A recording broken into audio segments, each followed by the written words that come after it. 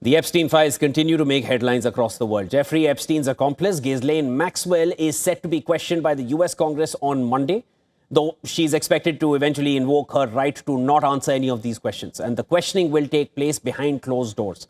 Maxwell is currently serving 20 years in prison for trafficking girls to the late disgraced financier, Jeffrey Epstein. She will face questions from prison via a video link. And the House Oversight Committee is probing Epstein's connections to powerful figures and how information about his crimes was handled. However, Maxwell is expected to invoke her right to not incriminate herself, guaranteed in the Fifth Amendment of the US Constitution. Maxwell's lawyers have pushed for Congress to grant her legal immunity in order to testify in the deposition, but lawmakers refused. A letter written by House panel member Representative Ro Khanna to its chair, James Comer, claims that instead of answering individual questions, Maxwell plans to read a prepared statement at the beginning of her deposition.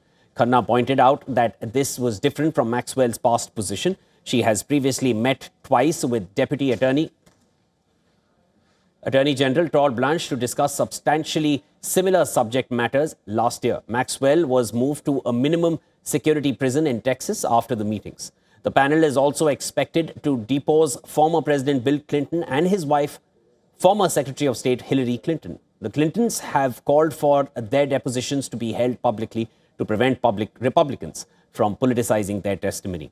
US President Trump himself was a longtime Epstein associate, but has not been called to testify by the Oversight Committee, which is led by members of his Republican Party. The US Department of Justice has said that no more prosecutions are expected even after the release of millions of files on Epstein. But the fallout of the latest release continues. Norway's foreign ministry said that the country's ambassador to Jordan and Iraq has resigned after an investigation was launched into her ties to Epstein. We're speaking about Mona Joule, who played a key role in the secret Israeli-Palestinian negotiations, which eventually led to the Oslo Accords. She's among several high-profile Norwegian figures swept up in the latest Epstein file release. According to Norwegian media, Epstein left $10 million in his will to Joule's 2 children. In the UK, Prime Minister Keir Starmer's Chief of Staff has resigned, Morgan McSweeney. He has resigned over Starmer's decision to appoint Peter Mandelson as the UK's ambassador to the United States. He was appointed last year.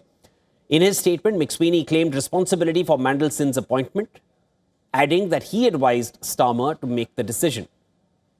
The UK Foreign Ministry is also reviewing an exit payment to Mandelson, who was sacked over links to Epstein. Reports say that Mandelson received an estimated payout of over $50,000 after only 7 months in the job.